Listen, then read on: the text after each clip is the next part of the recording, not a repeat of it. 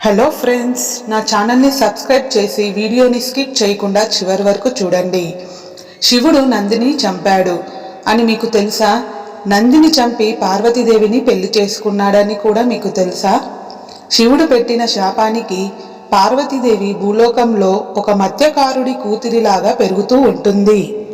శివుడి దుఃఖమును చూడలేక శివపార్వతులు ఎలాగైనా కలపాలని నంది ఒక తిమింగలంలాగా మారి పార్వతీదేవి ఉన్న గ్రామాన్ని వాళ్ళ పడవలను ధ్వంసం చేస్తూ ఉంటాడు. పార్వతీదేవి తండ్రి ఈ తిమింగలాన్ని చంపి వాళ్ళకి నా కూతురు పార్వతినిచ్చి వివాహం చేస్తానని చెబుతాడు. అప్పుడు శివుడు మత్స్యకారుడి రూపంలో వచ్చి తిమింగలాన్ని చంపడానికి వెళ్తాడు. కానీ ఎప్పుడైతే ఆ తిమింగలాన్ని చూస్తాడో ఆ తిమింగలం రూపంలో ఉన్నది నంది అని అర్థమైంది.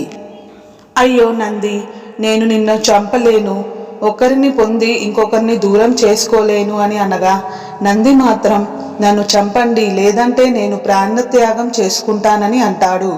శివుడు ఏడుస్తూ తన త్రిశూలాన్ని తీస్తాడు. ఆయన కన్నీరు ఆ త్రిశూలం మీద పడతాయి.